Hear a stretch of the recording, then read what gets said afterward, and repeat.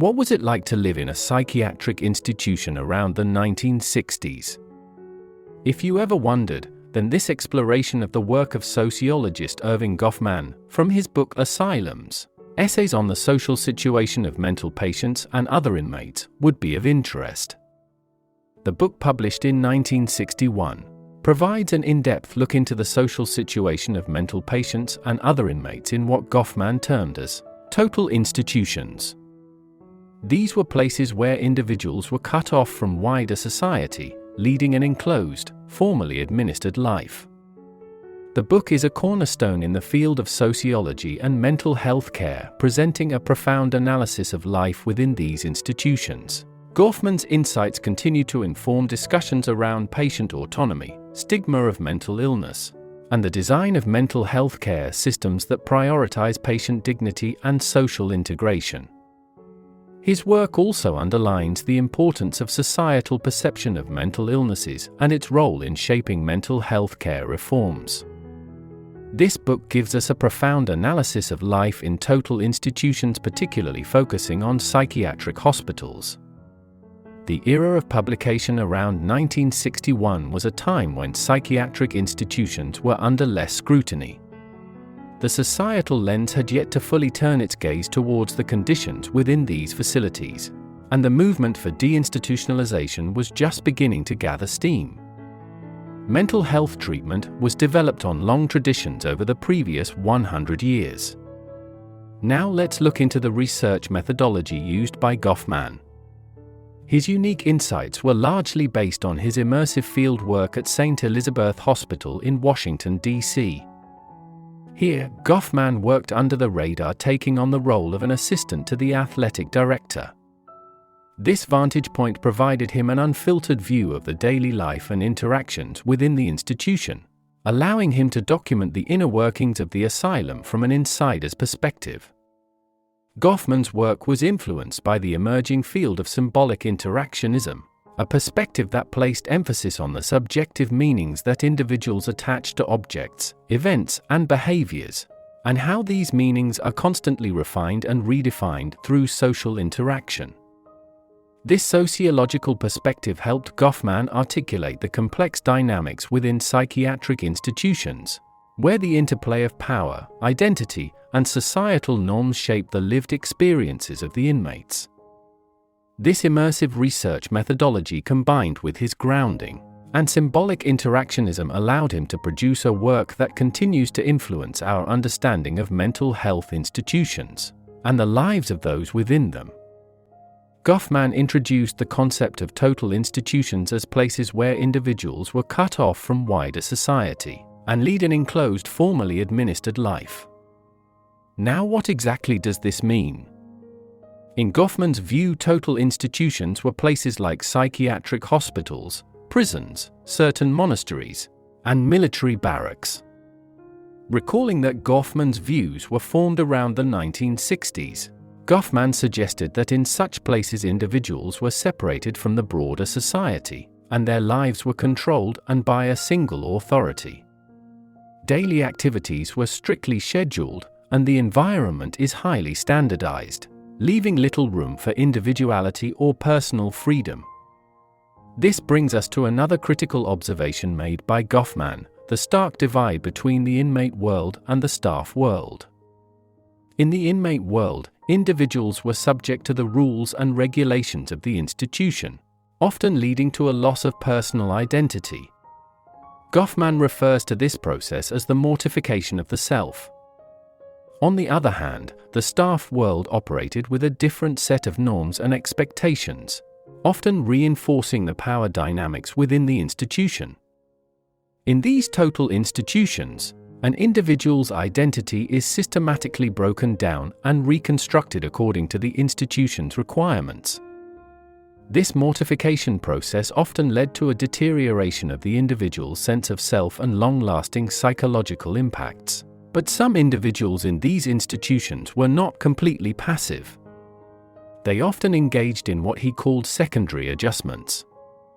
These were small acts of rebellion or nonconformity as a means to retain some sense of self and autonomy. It could be something as simple as hoarding contraband items or bending the rules when the staff were not looking. These secondary adjustments offer a glimpse into the resilience of the human spirit, even in the face of impressive institutional structures.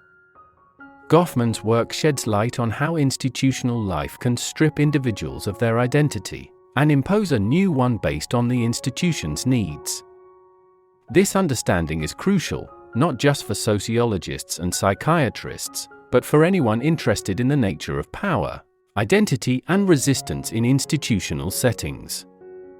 So, the next time you think of asylums or any other total institutions, remember Goffman's insights.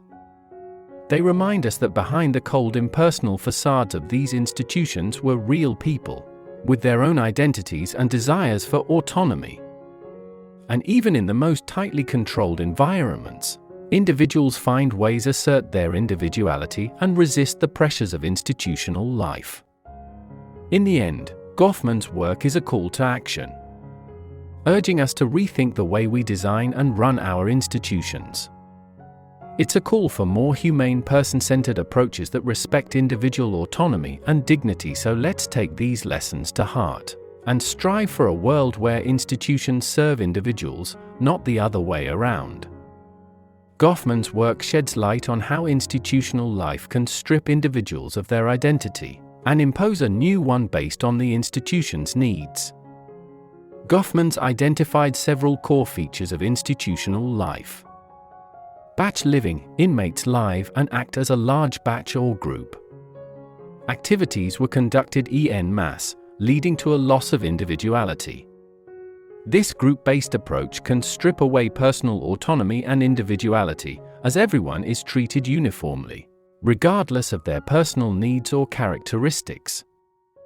Barrier to social integration. Total institutions create a barrier between the world inside and the world outside. There's a physical and social segregation from the wider society. This separation can lead to a disconnection from previous social roles and relationships, impacting the inmate's identity and sense of self. Block treatment and role standardization. Activities, treatment, and routines were standardized and imposed across all inmates, regardless of individual differences. This one-size-fits-all approach can be dehumanizing and fails to address the unique needs or conditions of individuals, potentially impacting their rehabilitation or recovery.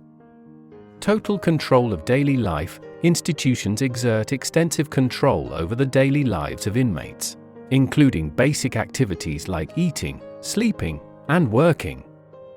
This control can lead to a dependency on the institution and erosion of personal autonomy and decision-making capabilities. Mortification of the self, a process where an individual's former identity and autonomy were systematically stripped away and reconstructed in line with the institution's requirements. This can lead to a deterioration in the individual's self-concept and self-esteem, often resulting in institutional dependency. Secondary adjustments. Inmates develop mechanisms and behaviors to adapt to and resist the constraints of institutional life.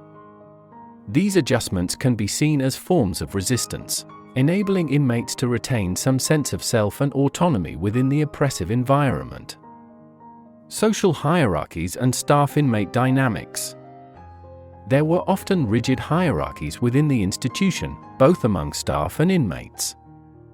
This can lead to power imbalances and social dynamics that further entrench the control and dependency mechanisms within the institution.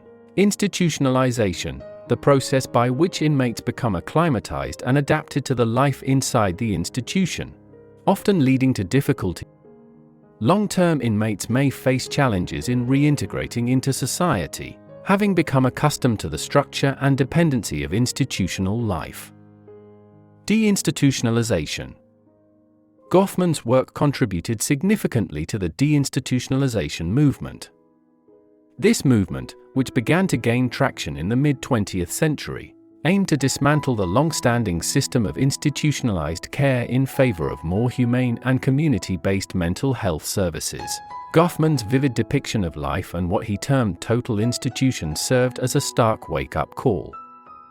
He highlighted the dehumanizing effects of these institutions, where individuals were cut off from wider society and subjected to a regimented and personal life that often stripped them of their identity and autonomy. His concept of mortification of the self, where an individual's identity is systematically dismantled and reassembled according to the institution's needs, painted a grim picture of institutional life. He argued that this process often led to a deterioration of the individual's sense of self, exacerbating their mental health, rather than alleviating them. Goffman also drew attention to the sharp divide between the staff and inmate worlds within these institutions.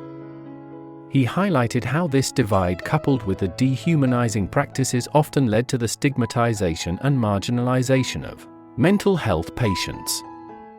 These insights provided a strong impetus for the deinstitutionalization movement. They highlighted the urgent need for reform and the development of mental health care models that prioritized patient dignity, autonomy, and social integration. Goffman's work played a pivotal role in shifting the discourse around mental health care.